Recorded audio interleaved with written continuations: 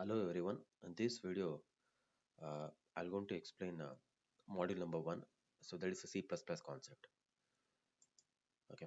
So up to now, whatever you studied object-oriented concepts in Java, uh, the same thing you're going to study even in your C++.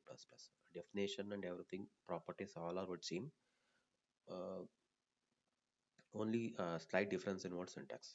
Okay. So first we'll start with console input output in C++. And your C++ is similar to what your C. Whatever is supported in the C, the same thing will supported with respect to what C++ with slight changes, with additional added features. So whatever is studied in C, everything will be supported in what C++ with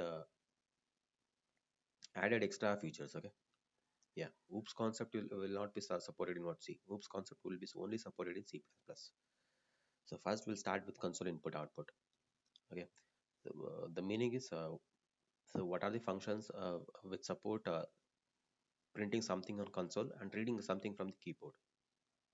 Okay, yeah, console output in a C is what? Printf. Whereas in your C++ is cout. How to print? So you have to go with the function cout, two less than symbol and a variable name. So here we have variable name x is equal to what? 10. So here it will going to print the value what? 10. Next, if you want to go with if you want to move cursor to next line, go with what? Endl. ENDL, endl. Okay. So after printing 10, cursor will come to what? Next line. So that is the use of what? Endl. And instead of stdio.h, here we are using iostream. Wireman is same. Declaration is everything is what same. Instead of for printf, we are using what? Cout. Okay, if I want to print one more variable x, again less than 2 less than symbol y, and if I want to move cursor to what next line, use what? Endl.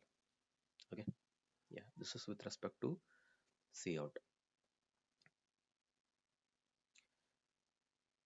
Yeah, I see here there is one more example. See, we have declared two variables, x is equal to 20, y is equal to 30. Since we are using a semicolon here, we have declared what one more time. Otherwise, comma y is equal to 30. Whichever is it is comfortable, you can copy that one. Okay.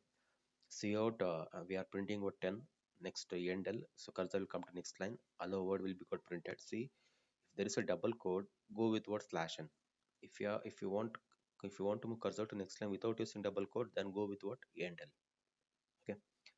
Next 3.4 will be what printed. Okay.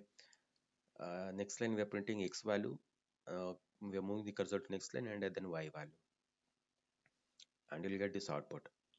And there is a one small change is what required. After 3.4, again you use what endl. Otherwise, this x will be got printed next to what 3.4. So 20 got printed over here. Why? Because after 3.4 there is no endl.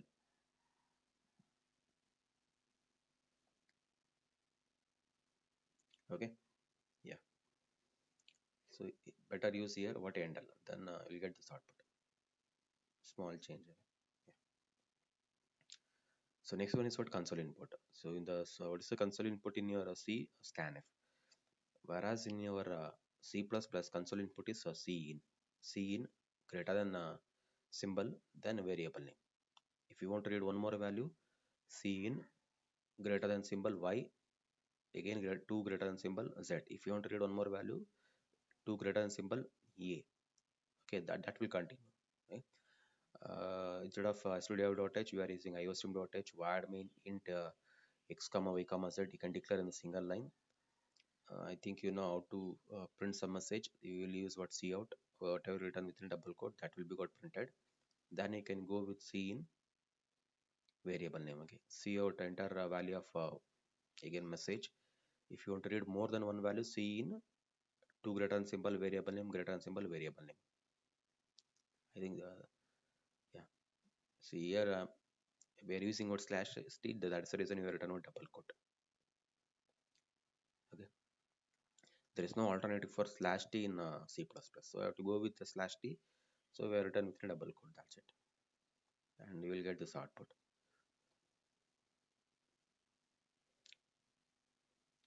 And this operator is called as a insertion operator, and this operator is called as what? Exertion operator.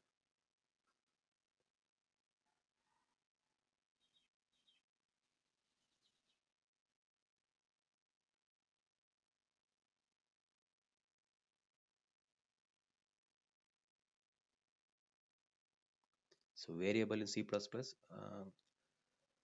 just like in C, first data type, variable name, okay, followed by a semicolon. That one is called as declaration. And if you use equal sign and assign some value, that one is called as what? Both the declaration as well as what? Initialization. This one is both the declaration as well as what? Initialization. Okay. Yeah. So declaring is similar to C. Only difference is here in the C, we can declare only in the declaration section. But in the C++, wherever we want, we can declare that one. So wherever want within the program, we can declare what variables. That is one of the main difference between C and what C++. Okay. Yeah. Next one is reference variable in C++. So reference variable is just like alternative name. Okay. If there is a Vijay, it will call M as what VG. Corrected. So that's just an alternative name. Okay. So that one is called as what? Reference variable. How to declare reference variable in a C++? First data type, and we'll use just an ampersand. That's it. Before a variable name, we'll use what? An ampersand. That will going to become a reference variable equal to existing variable name. For this existing variable name, this will going to become a reference variable name. So here we have what an example. There's an int x. Now for x, we have taken what? A reference variable with name iref, and this will going to become a reference variable if you write ampersand in the beginning. Okay. Yeah. See, there's a x which contains the value of 10 with memory address 1100, and we made I reference to refer to what? Same location using what? Ampersand iref. Now this is going to become a reference variable. Now if I change anything, see, if you call Vijay or a Vijay, so both will be referred to what? Same person. Correct. In the same way, if you change with respect to x or a iref, both will be referred to what? Same location. See, I'm just changing the iref value. So initial value is what? 10 in this location. Now I change to what? 20. Now again, if I use the x value, I will get the output what? 20. Why? Because this location got changed. So that is the uh, advantage if you go with the reference variable. If I change the x value, if I print what iref, again you'll get what? 21. If you call Vichi or a Vijay, that will refer to what? Same person. Same way, if I call change iref or a x value, that will going to change a same memory location. Okay. Yeah. Now again, reference variable in passing as a parameter for a function. So there's a int ampersand. So we are passing what? X, and here we are using an ampersand. Means for this x, this r is a reference variable. Means if I change with respect to r in this function, the same thing will be reflected to what? X in the what? Mean. So r have changed to what? R plus plus. So what's the memory location? Both are referring to what? So memory location which contains the value 10. Now that will be changed to what? 11. If I print x here, so you will get the output as what? 11. Okay, you get output as what? 11. I think you can understand. So this a name, and this is alternating name. If I call anyone with anyone name, same person will be what? Addressed. In the same way, if I change anyone name value, okay, so the same location will be got updated. So I change what? R plus plus. So x value got changed to what? 11. So we got the output was 11. Okay.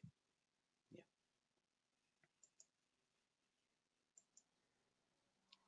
Yeah. The next concept is function prototyping. So declaration of what? Function. Okay.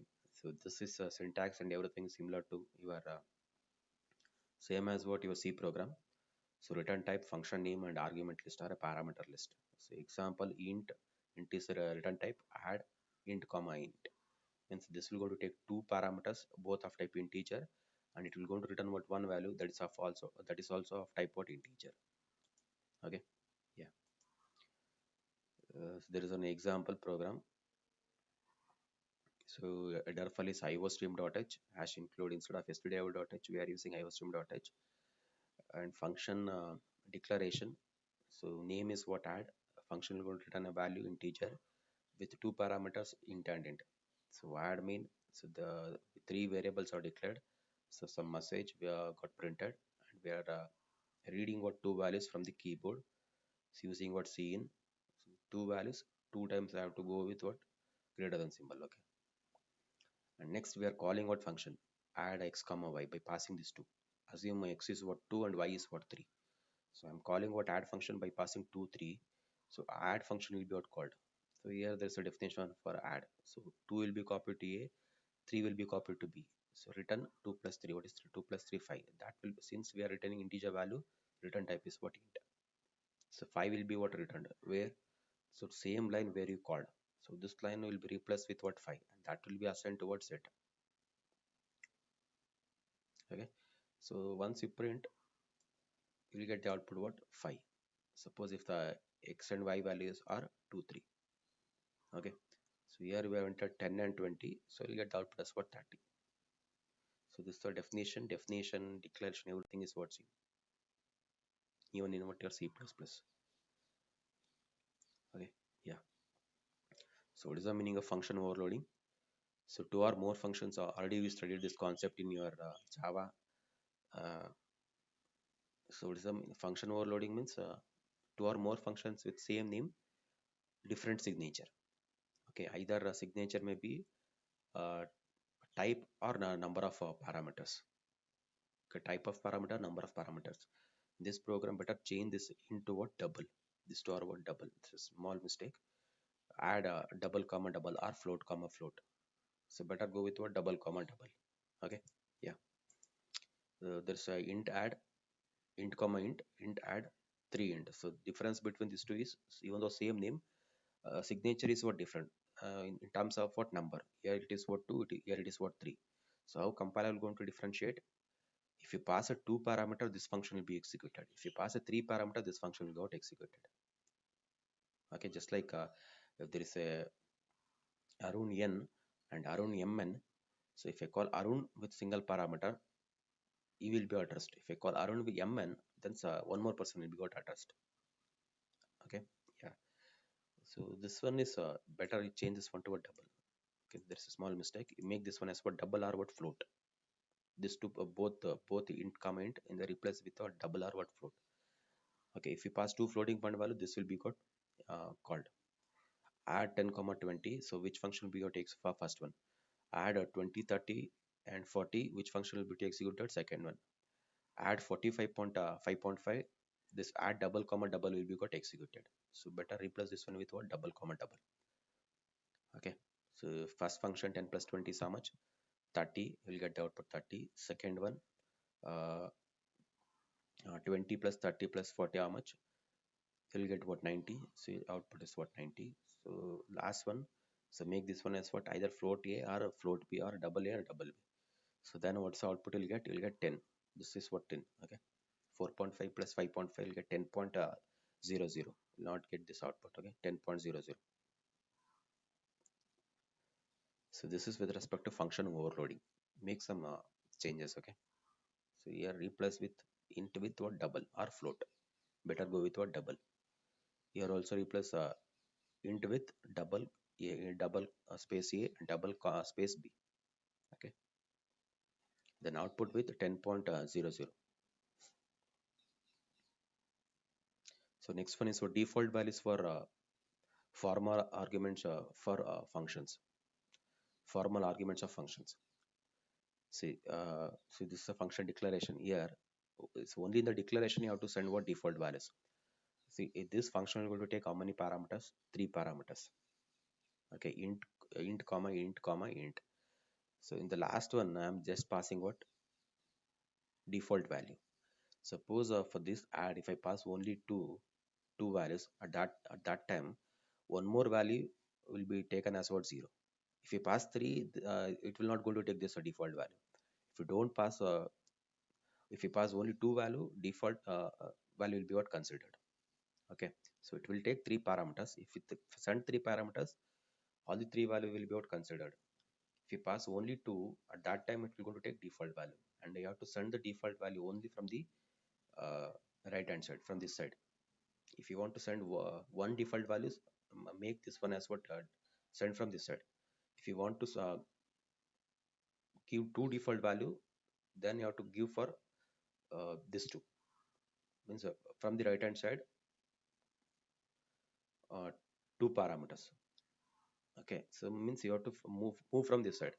If you want to send what only one, and if you pass that default value to the second one from the right hand side, then it will go to throw out error.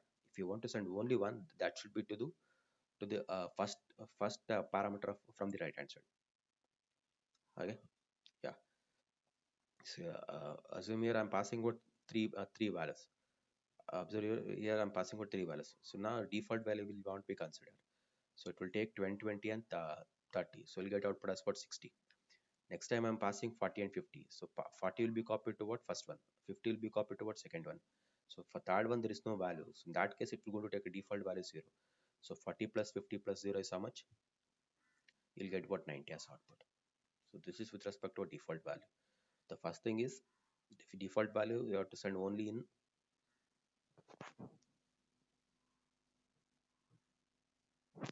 function declaration, okay? Not in the definition. Next, you have to send from the right hand side, only from the right hand side. If it is single, for the first parameter from the right hand side.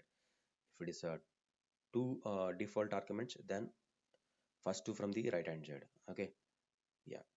When it will be considered, if you send all the values, this value will not be considered. If you don't send all the values, if you miss what the last value, that time it will consider what default value. So here it will consider default value. Here it will not going to consider default value. Okay, yeah.